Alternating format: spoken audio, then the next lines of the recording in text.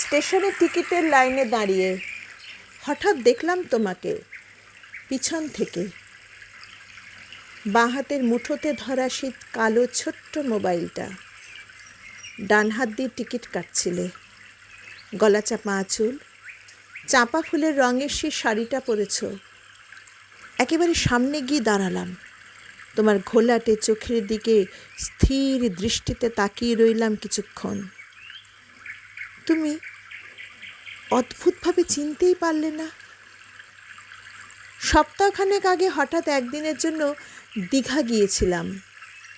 সন্ধেবেলা জগন্নাথ মন্দিরে দেখলাম তোমাকে, হুইল চেয়ারে বসে তুমি, কোলে শোয়ানো সেই গোলাপি ব্যাগটা। তোমার চেয়ারটা ঠেলে নিয়ে যাচ্ছে আমি নই, অন্য একটি মেয়ে, আমারই বয়সী। আমি ডাকলাম, তুমি থামলেই না। ওই হুইল চেয়ারটায় বসিয়ে আমিও তো তোমায় নিয়ে যেতে পারতাম। তুমি দেখতে, হুইল চেয়ারে বসে আমি তোমাকে নিয়ে যেতাম সমুদ্রের পাড়ে। নীল সমুদ্র, সমুদ্রের অবিরাম ঢেউ, তোমার কাঁচা পাকা এলো চুল চোখে মুখে ছড়িয়ে পড়তো। তুমি চুলগুলো না সরিয়ে আমার দিকে তাকিয়ে হাসতে, তৃপ্তির হাসি। আমি দেখতাম। এই সেদিন বাজার থেকে মাছ কিনে ফিরছি, রিকশাওয়ালার হাতে দুটো বড় ব্যাগ।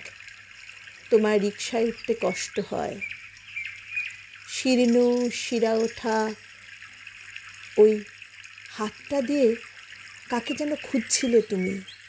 চট করে হাত বাড়ালাম, তুমি আমার শরীরের উপর তোমার নড়বড়ে দুর্বল শরীরের সবটুকু ভার উজাড় করে দিয়ে অতি কষ্টে রিকশায় উঠলে।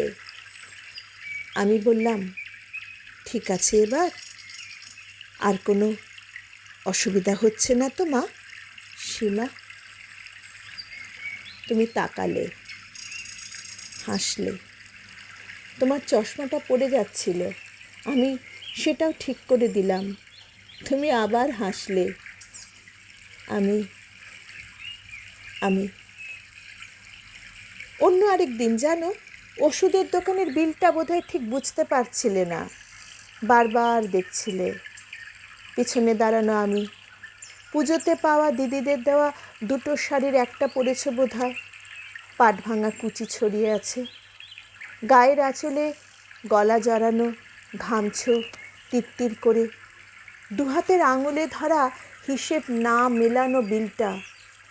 আমি পেছন থেকে জলের বোতলটা এগিয়ে দিলাম। তুমি বিলটা এক হাতে ধরে মুচকি হেসে ধীরে ধীরে 2 ঢোক জল খেলে। আমি লক্ষ্য করলাম তোমার টকটকে সেই ফর্সা রঙটা লাল হয়ে গেছে অনেকটা।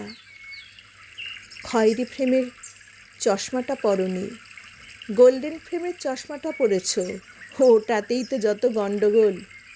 পাওয়ারটা ঠিক ছিল না, তাই বিলের হিসেবটা অধরা। খানিক নাড়াচাড়া করে প্লাস্টিকের ওষুধের প্যাকেট নিয়ে ধীরে ধীরে বেরিয়ে গেলে দোকান থেকে। আমি অপলকে চেয়ে রইলাম। দূরে চলে যাচ্ছ তুমি, ভিড়ের ভাঁজে মিলিয়ে যাচ্ছ। আমি চিৎকার করে ডাকলাম, মা! তুমি শুনতে পেলে না। হঠাৎ পেছন থেকে কাঁধে হাত রাখলো চন্দন রঙের শাড়ি পরা তোমার মতো কেউ। বলল, কিছু বললে? আমি তার কঙ্কাল সার ফ্যাকাশে হাতটা ধরে বললাম, না, কিছু বলিনি মা। সীমা।